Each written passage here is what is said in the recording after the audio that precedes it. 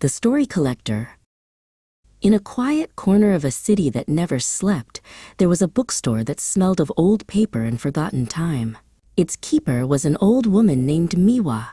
She was the keeper of more than just books. She was the keeper of stories. Miwa had a secret, a strange and gentle magic. With a simple touch of her hand, she could absorb the stories of a person's life, their greatest joys, their deepest sorrows, their quietest moments. She called herself the Story Collector. After a customer left, she would take a blank, unbound book and press her palm to the first page.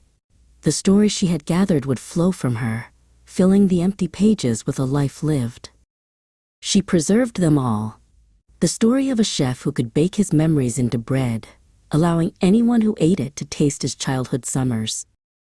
She collected the tale of an astronomer who had discovered a constellation and named it after his lost love, so he could always find her in the night sky. Each life was a universe, and her hidden library was a cosmos of souls, safe and remembered. One rainy afternoon, the bell above the door chimed, and a young man she had never seen before stepped inside. He didn't browse the shelves. He just stood by the door, watching the rain streak down the window pane. "A warm cup of tea for a rainy day?" Miwa offered with a gentle smile. The young man looked at her, a flicker of surprise in his eyes, and gave a small, silent nod. His name, he whispered, was Kaito. Kaito returned the next day, and the day after that. They rarely spoke. He would simply sit and read, his presence a quiet hum in the symphony of her stories. One evening, as Miwa struggled to place a heavy book on the highest shelf, Kaito stood up to help. "Allow me," he said, his voice soft. He took the book and reached up. As he stepped down, he lost his footing for a moment, and his hand brushed against hers to steady himself. Miwa braced for the familiar flood of a life story. But there was nothing, no joy, no sorrow, no first love, no last goodbye. There was only a profound, silent and endless emptiness, a perfectly blank page. Kaito saw the look on her face. A hint of confusion crossed his own calm features.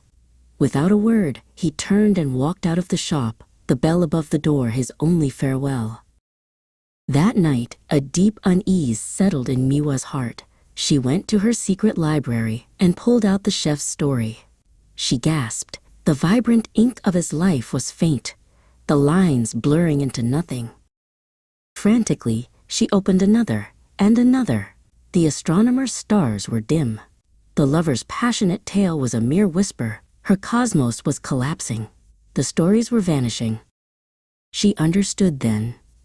The young man's emptiness wasn't just a lack of a story. It was an anti-story, an abyss that was now consuming the lives she had so carefully preserved. She could let them all fade into the same silence that filled him. Or she could write one last story. She stood up, her face set with a new resolve, and walked to her desk. She began to write, not by touch, but by heart and memory. She wrote of a boy who was a quiet harbor in a loud world.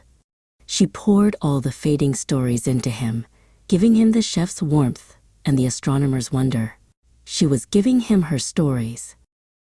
On the final page, she wrote of how the young man with no story met an old woman with too many, and how in his silence she finally found a place for all her stories to rest.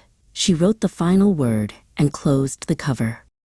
The next morning, the sun streamed into the quiet, empty bookstore. Everything was as it had always been, except for a single new book lying on the counter. On its cover, in elegant gold leaf, was a title, Miwa's Life, Crescent Moon. Sometimes the best stories are the ones we leave behind for others.